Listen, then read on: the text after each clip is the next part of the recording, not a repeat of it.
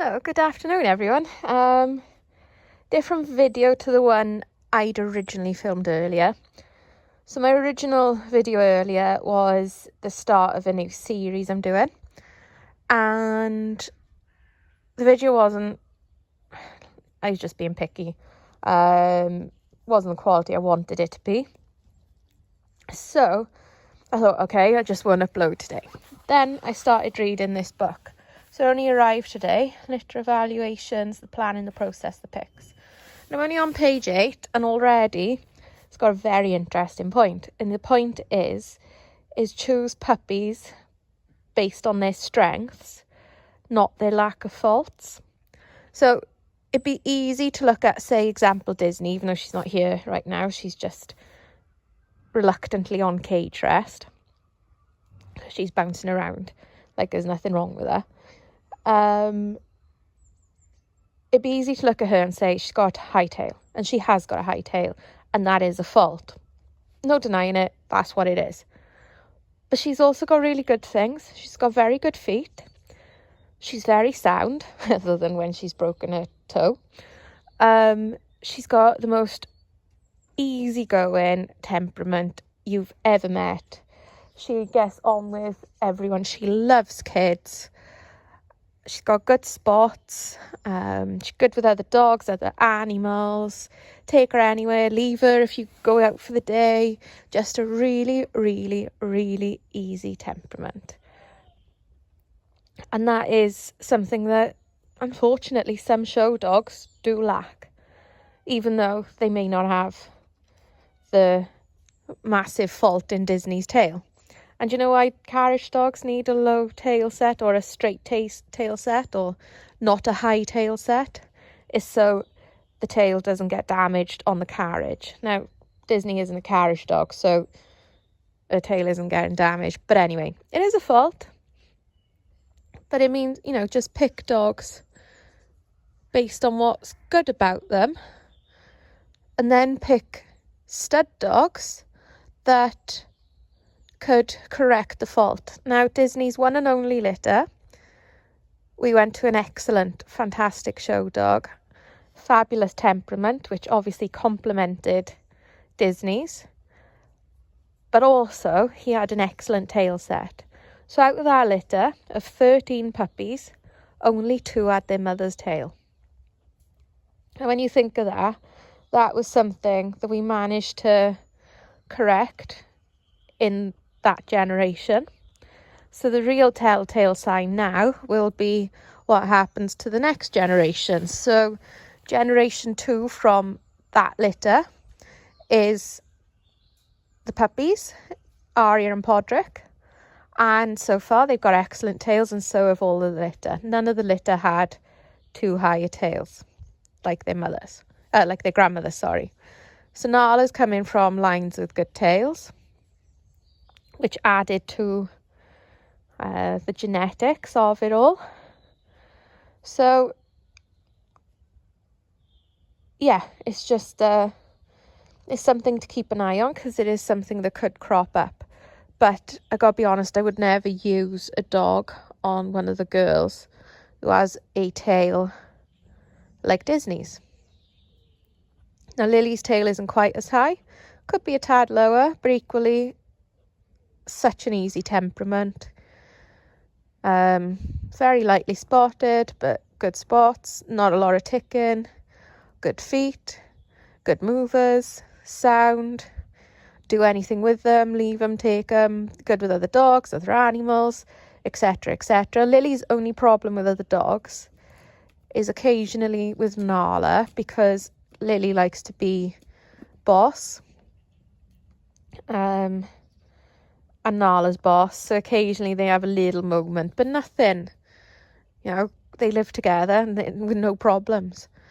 As you can see, fine with other animals. We got Alice there, and then Nala, the 2 puppies, and Judith are in the woods. Come on, guys! Aria, Pod, Jude, Nala.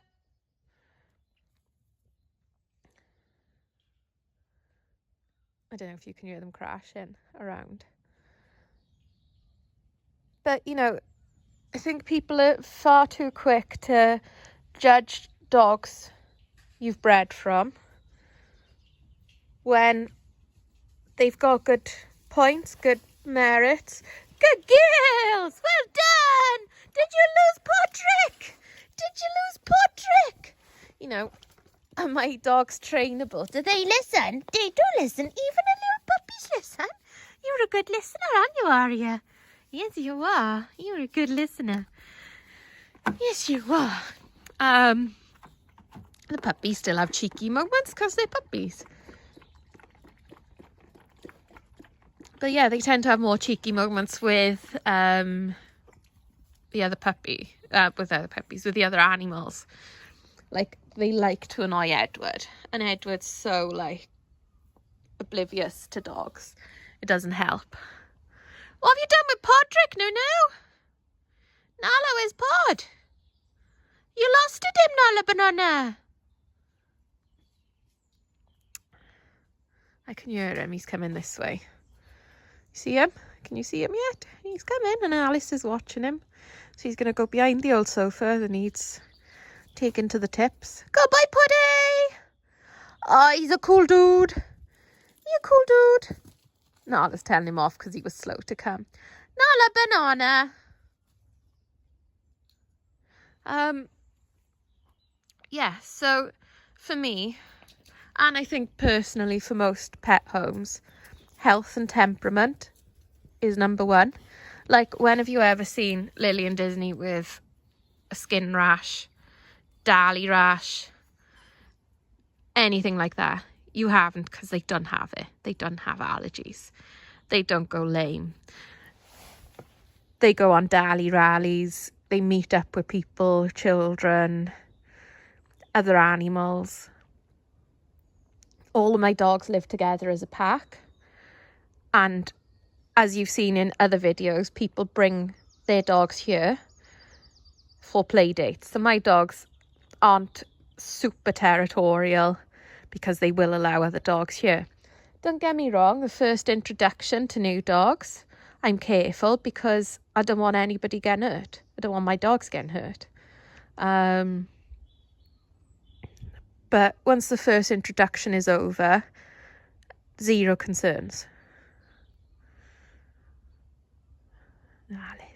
Alice is so naughty. She's so naughty. She's a naughty little Alice. Don't you remember her as a kitten? About the same time as Lily's litter. And there's Daddy Edward. Daddy Edward. She's such a cool colour, Alice is. She's going a bit darker now, but she was like, well, she still is, I suppose, super light ginger and light grey. And Alice, and you super naughty because you chase the chickens. Look how fluffy she is. I love Siberians.